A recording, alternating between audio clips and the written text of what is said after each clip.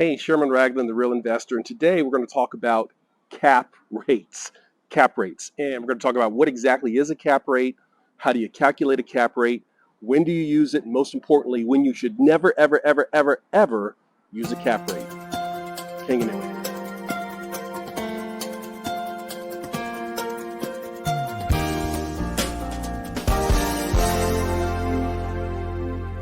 Hey, Sherman Ragland, the Real Investor. So notice here, we've got 3 apartment buildings, 1, 2, 3 apartments right next to each other. And would you believe it?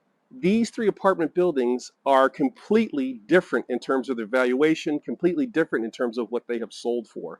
Why is that? How can you have 3 buildings all in a row, kind of sort of looking like each other, and yet they are 3 separate different valuations? So today we're talking about cap rates or capitalization rate, or in the industry, the rate. And what we're talking about is how do you value specifically income producing property like this apartment building right here. A lot of folks are out there on the internets chattering and talking about cap rates, and quite frankly, I see a couple of people out there really talking about it and answering people's questions on it completely wrong. So today I'm going to dispel the myth and we're talking about what is a cap rate, how do you calculate a cap rate, when do you use it, and when should you never, ever, ever, ever, ever use a cap rate. So first of all, what exactly is a cap rate? Well, a cap rate is a very short and sort of dirty, quick hand notation of what a property is worth based on 2 factors. Number one, what is the sales price of the property, or what is the purchase price of the property, or what did it sell for, or what is it potentially worth? And I'll explain all that in a second. Versus how much income does it produce? Now, in the world of real estate, we talk about a specific kind of income, and that income is called NOI, or net operating income. Think about it like this. Real estate really sort of like, especially something like this, should be a self-contained business, meaning you should be able to hire somebody, you should be able to manage it, and you should be able to go on and live your life and have these checks deposited in your bank account. Sort of passive income, true passive income, where you're not out here collecting rents, you're not out here mowing the grass, you're not out here doing anything. It's all being handled by the property manager. And because of that, people look at these as self-contained investments, sort of like buying a business or buying a franchise or buying, vending machines. Or buying a hotel. They're looking to make an investment based on the income that is coming at you. And so when we do a valuation using a cap rate, we're making our valuation of the property based on what's called the income approach, or the capitalization rate. So let's take a real quick and dirty example, because again, cap rates are meant to be used in sort of a quick and dirty fashion, like a back of the envelope or back of the napkin. And let's say that you have a property that's producing $100,000 of net operating income. That's $100,000 of income directly related to the operation. So I take the actual income coming from the property, I subtract the actual expenses related to the property. I don't include income taxes, and I don't include the mortgage payment on the mortgage. I will, of course, include property taxes, as the property taxes are unique to the property. So I take all of the income, potential income, subtract out a vacancy allowance or bad debt allowance. I subtract out the actual operating expenses, and what's left over is the money that's left over to both service the debt to the lender and or pay the equity holders. And so that income that's left over is called the net operating income. So if I were to buy a property that has, let's say in this example, $100,000 in net operating income, and I were to pay $1 million, I basically would take the 100,000 divided by the million, and I would come up with 0.10 or 10%. And so in this example, the cap rate for this building is 10%. So one of the ways that we can use a cap rate is, like I said, back of a napkin, down and dirty, sort of calculate real quick, what do I think a property is worth? So let's say that my buddy Fred calls me up. He says, hey, Sherman, you remember Petey? I'm like, Petey from high school? He says, yeah. Petey owns that laundromat? And I said, yeah. He says he wants to sell the laundromat. And I said, well, what does Petey want for the laundromat? He says, Petey wants $1 million. And I said, okay, what's the operating income from that laundromat? And buying the real estate, the coin-op machines, the whole 9 yards, the whole kit and caboodle. What's the income coming off of that laundromat?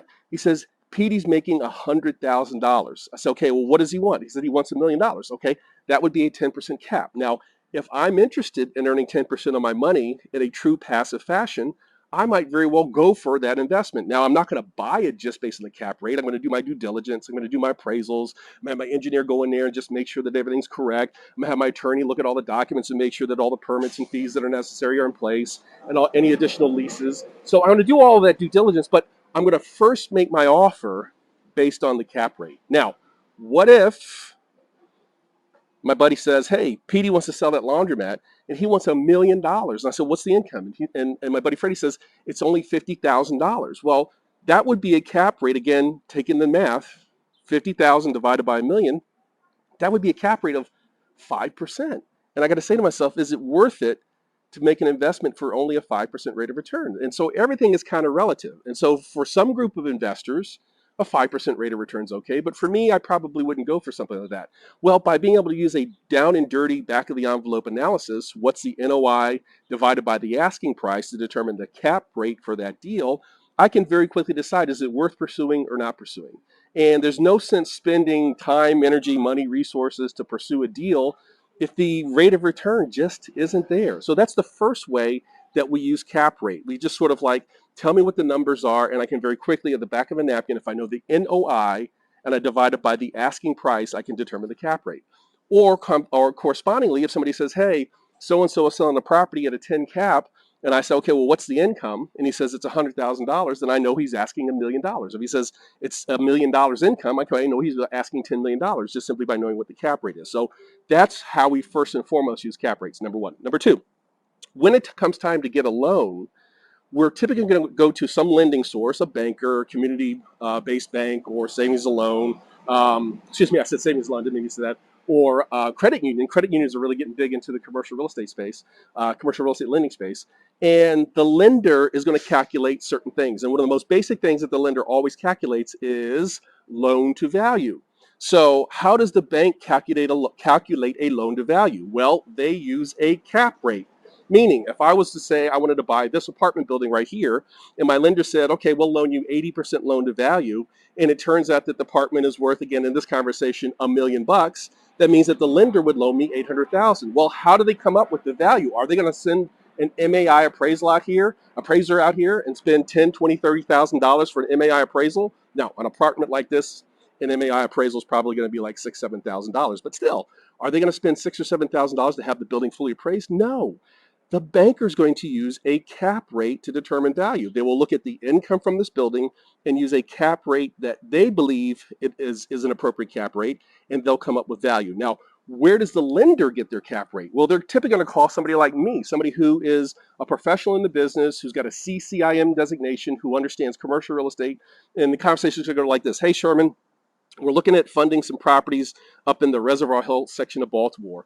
What are you seeing for cap rates? And what I will do is determine what the income is for a variety of properties in and around the neighborhood. I'll see what the sales prices have been, and I will calculate a cap rate for them and share that information for them. Or if it's a very active lender who's very active in this marketplace, they may very well have enough deal flow of their own and have seen enough deals that they know what the cap rates are in and around certain parts of town. So the lender will calculate a cap rate. And that's the second way that cap rates are used, is just, again, very quickly determine value for part of an underwriting exercise. That's what bankers do. They underwrite the deal.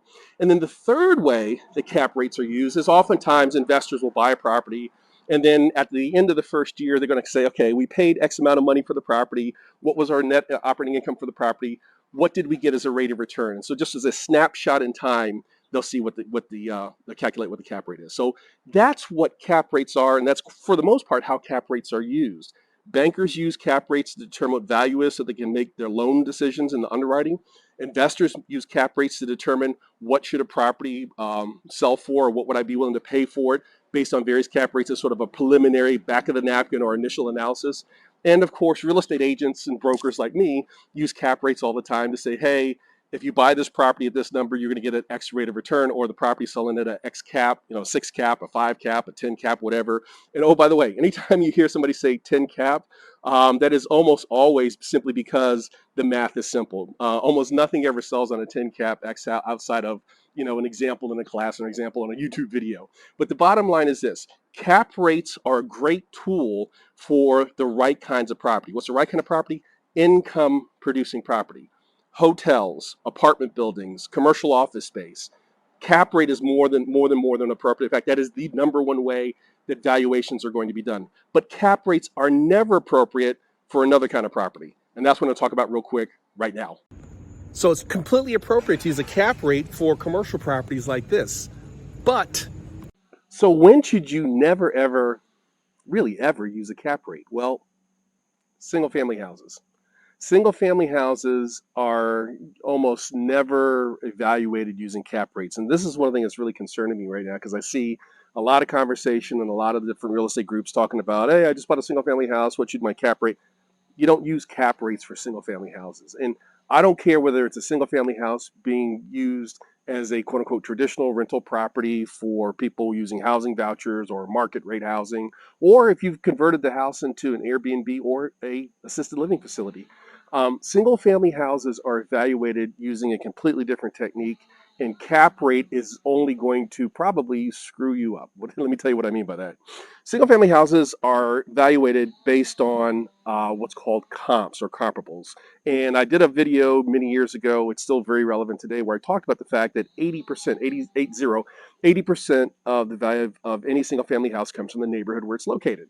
So as you can see, this house right here kind of looks like the house next door, kind of sort of, which looks like the house 2 doors over, which looks like the house 3 doors over. So 80% of the value of this house is coming from the neighborhood regardless of how the house is being used. It doesn't matter if it's being used as a 3 or 4 or 5 bedroom assisted living facility. It doesn't matter if it's being rented out for several $100s a day as an Airbnb. The value of this house comes from the comps or comparables. So here's the scoop. Cap rate, totally perfect for income producing properties, apartments, commercial properties, commercial office buildings, neighborhood shopping centers, et cetera, et cetera. But when we're talking about single family houses, single family 1 to 4 is how the banks classify them. The value of this house is going to come from its comparables. And so therefore, cap rate is only going to mess you up. Let me tell you what I mean by that.